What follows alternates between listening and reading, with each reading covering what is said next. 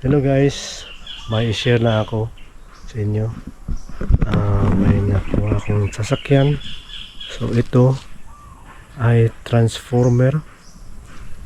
So sa amin ay tawag nito is multicab, pero goods na to, pang kargahan sa farm, gamit pang negosyo. So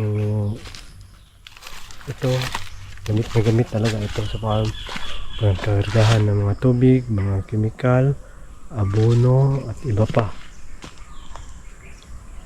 So salamat tayo sa may kapal na nabibiyaan tayo kahit ito lang muna.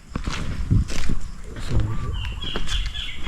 yun, ito ay 4x4 kasi may mga portion kami dito na akyatan, mga matitirik. So ito ay gamit na gamit dito pangkargahan, dahil ang pagpa-farming may mga kailangan tayong ikarga na i-ano sa farm, like mag-abono tayo. So hindi na tayo magpakyaw ng sasakyan na dadalhin sa farm. So yun, salamat tayo sa may kapal na nabigyan tayo ng ganito. Okay ito, goods na to para sa akin.